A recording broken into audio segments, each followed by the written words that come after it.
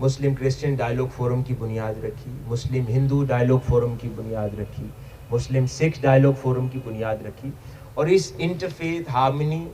اور احترام انسانیت کے سفر کا آغاز کیا۔ آج 25 سال بعد ہم یہ دیکھ رہے ہیں اور یہ منظر دیکھ کر آنکھیں ٹھنڈی ہوتی ہیں کہ وہ چند زندہ سیلز نے مل کر، جس کے اندر ڈاکٹر مجید ایبل صاحب ایک زندہ سیل ہے، تو چند زندہ سیلز نے مل کر وہ جو مردہ ہوا آرگن تھا اس کا بیشتر حصہ زندہ کر دیا ہے۔ یہی وجہ ہے کہ 25 سال پہلے یوں مل بیٹھنا جتنا مشکل تھا آج اتنا مشکل نہیں ہے۔ 25 سال پہلے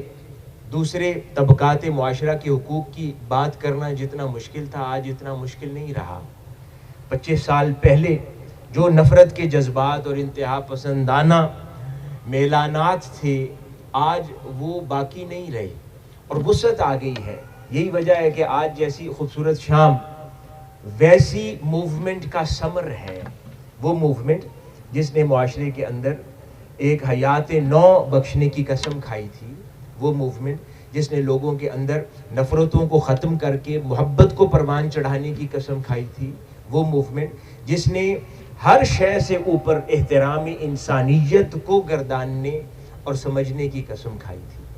تو میں سمجھتا ہوں یہ کامیابی ہے ہر اس زندہ سیل کی، ہر اس زندہ روح اور باشعور پاکستانی کی کہ جس نے اس کے لیے اسٹرگل کی اور اس نے نفرت کو برا جانا، محبت کو اپنایا، محبت کو ترویج دی، محبت کو فروغ دیا۔ یہی وجہ ہے کہ آج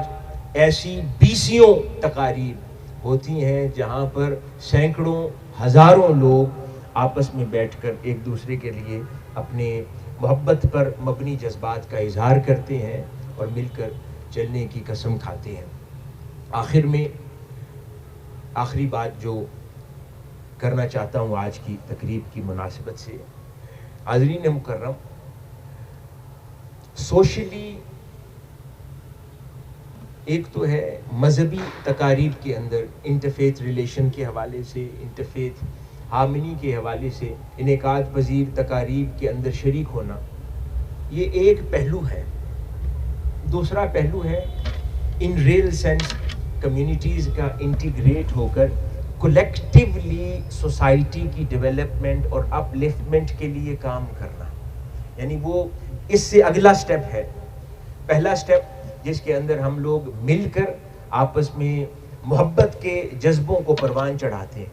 اور پھر اس سے آگے بڑھ کر پھر وہ کمپلیٹلی پوری سوسائٹیز اور مذاہب کے ماننے والے لوگوں کا آپس میں انٹیگریٹ کرنا اور کولیکٹیولی کام کرنا معاشرے کی ترقی اور اصلاح کے لیے۔ میرے خیال میں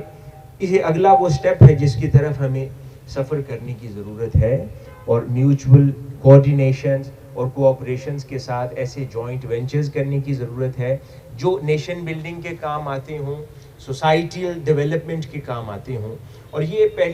پہلا موقع نہ ہوگا۔ تاریخ نے دیکھا ہے، مسلم اسپین ایک معروف ہسٹری ہے کتابوں کے اندر، تو وہاں پر ٹرانسلیشن کی سب سے مؤثر موومنٹ جو 9th اور 10th سینچری کے اندر چلی تھی، جس کے اندر جو رومنز کا لٹریچر تھا، گریک لٹریچر تھا، ان کی ٹرانسلیشنز کی جا رہی تھی، اور کئی لوگوں کو جان کر خوشگوار حیرت ہوگی کہ یہ ساری ٹرانسلیشنز، یعنی جس کا نتیجہ آج کی تمام سائنٹیفک ڈیولپمنٹس ہیں، جس کا نتیجہ آج کی یہ جتنی جدید انوویشنز اور انوینشنز ہیں، یہ اس ٹرانسلیشن موومنٹ کا نتیجہ ہے جو 9th اور 10th سینچری میں رن ہوئی تھی۔ اور انٹرسٹنگلی مسلم اسپین میں یہ موومنٹ صرف مسلمان نہیں رن کر رہے تھے، یعنی یہ مسلمز، کرسچنز اور جیوز، یہ تینوں طبقات نے مل کر ٹرانسلیشنز کی موومنٹ رن کی تھی، اور اس سے استفادہ مسلم سائنٹسٹ بھی کر رہے تھے، یورپین سائنٹسٹ بھی کر رہے تھے، اور دیگر اقوام اور طبقات بھی کر رہے تھے۔ کارڈووا ماسک مسلمانوں کے لیے قابل فخر ایک تعمیری شاہکار ہے جو اسپین کے اندر ایگزسٹ کرتا ہے۔ تو آپ لوگوں کو جان کر حیرانگی ہوگی کہ یہ صرف مسلمانوں کا خیال نہیں ہے، تخیل نہیں ہے، یہ آرکیٹیکچرل پلان مسلمانوں کا نہیں ہے صرف، یہ خوبصورت ترین تاریخی عمارت جو کورڈوبا کی بنی ہے، یہ بھی مسلمز، کرسچنز اور جوز، آرکیٹیکٹس اور کرافٹ مینز نے مل کر یہ ماسک تعمیر کی تھی۔ تو یہ خوبصورت عمارت بھی تینوں طبقات کے جوائنٹ وینچر کا نتیجہ ہے۔ ٹرانسلیشن موومنٹ بھی تینوں طبقات کے جوائنٹ وینچر کا نتیجہ ہے۔ اس زمانے میں بڑے بڑے معروف سائنسدان جیسے کہ اور فلاسفرز، کہیں ابن رشد کا نام نظر آتا ہے، اسی ایک ہی کمرے میں بیٹھے ہوئے کرسچن سائنٹسٹ اور فلاسفرز، ایک ہی کمرے میں بیٹھے ہوئے جوش سائنٹسٹ اور فلاسفرز اکٹھے مل کر بغیر کسی مذہبی تفریق کے انٹلیکچول ڈیولپمنٹ، گروتھ اور اس کی اپ برنگنگ اور اپ لفٹمنٹ کے لیے کام کر رہے ہوتے تھے۔ قطعاً کبھی مذہبی دیوار، مذہبی تقسیم ان کے درمیان حائل نہ ہوئی تھی، وہ اس سے بہت اونچے تھے، وہ انسانیت کے بارے میں سوچتے تھے، انسانی فلاح کے بارے میں سوچتے تھے، تعمیر و ترقی کے بارے میں سوچتے تھے۔ اگر آج بدقسمتی سے 10-20 سال پہلے ہمارا معاشرہ جن گہرائیوں میں گر گیا، اگر 50-60 سال پہلے پاکستان نے بھی یہی سوچا ہوتا تو ایسے کرسچن انسٹیٹیوشنز نہ ہوتے پاکستان کے اندر کہ جہاں سے ڈاکٹر طاہر القادری جیسی مسلمز کی عظیم المرتبہ شخصیات بھی نکل رہی ہیں گریجویٹ ہو کر مشنری اسکول سے۔ اگر 60 سال پہلے ایسی نفرت کی دیواریں ہوتی تو پاکستان کے سب سے تعلیم کے معیاری ترین ادارہ جات تو کرسچن کمیونٹی کے دیے ہوئے ہیں، جنہوں نے مسلمز کی نہایت ہی مؤثر اور قابل ذکر شخصیات پیدا کی ہیں۔ میڈیکل سیکٹر کے اندر ہاسپٹلز ہیں، ہیلتھ کیئر کے اندر اتنے ان گنت پروجیکٹس ہیں جو کرسچن کمیونٹی نے پاکستان کو دیے ہیں کہ آپ ان کو گنتے چلے جائیں گے تو شاید شام گزر جائے۔ تو آج سے 60-70 سال پہلے ہمارے آباء و اجداد نے بھی، جیسے کہ وہ مسلمز کا میں نے ذکر کیا مسلم اسپین میں، اسی طرح 70 سال پہلے ہمارے آباء و اجداد نے بھی مذہبی رواداری سے آگے بڑھ کر سوشلی،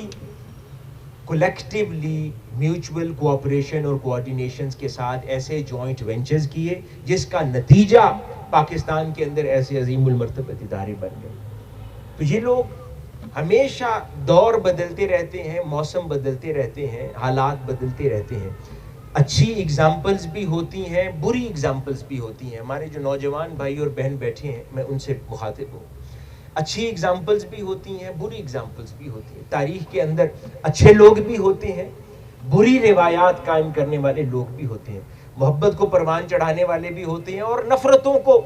فروغ دینے والے لوگ بھی ہوتے ہیں۔ اللہ رب العزت نے، اللہ پاک نے، ہمارے خالق نے ہمیں یہ شعور بخشا ہے کہ یہ ہم نے فیصلہ کرنا ہے، ہم نے اچھی روایات کا امین بننا ہے یا بری روایات کا امین بننا ہے، ہم نے اچھوں کی اگزامپلز کو فالو کرنا ہے یا ہم نے نفرت پھیلانے والے بروں کی اگزامپلز کو فالو کرنا ہے۔ آج اگر ہم تاریخ کے ان اچھے اوراق کو بطور اگزامپل اپنے لیے اڈاپٹ کر لیں اور اثر نو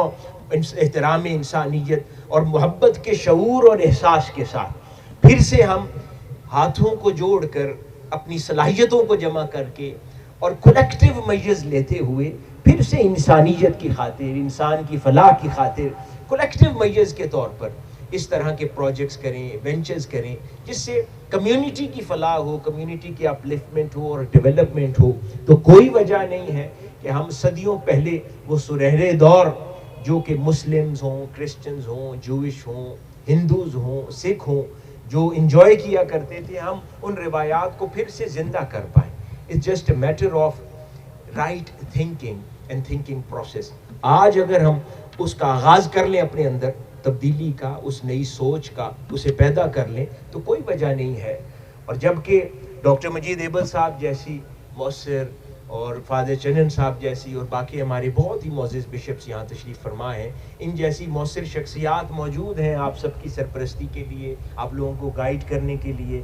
ایسے انسٹیٹیوشنز اور ادارہ جات موجود ہیں، تو اس سارے ماحول کے اندر جہاں پر اچھی اگزامپلز فالو کرنے کے لیے بھی ہوں اور اچھے لوگ بھی ہوں کہ جن کی روایات اور اقدار کو دیکھ کر آپ سیکھ سکیں، تو کوئی وجہ نہیں ہے کہ پاکستان کی اگلی نسل ایک نئی تاریخ رقم کر دے، جس تاریخ کا عنوان محبت ہو، جس تاریخ کا عنوان احترام انسانیت ہو اور جس تاریخ کا عنوان فلاح انسانیت ہو۔ آخر میں ایک بار پھر میں ڈاکٹر مجید ایبل صاحب اور چرچ آف نولکھا چرچ کی تمام انتظامیہ کو مبارکباد دیتا ہوں اور دعا گو کہ اللہ پاک ان خوبصورت شاموں کو، ایسی موومنٹس کو اور ایسی خوبصورت شخصیات کو زندہ سلامت اور جاوید رکھے، تاکہ یہ خیر کا عمل آگے بڑھتا رہے اور پروان چڑھتا رہے۔ والسلام و علیکم۔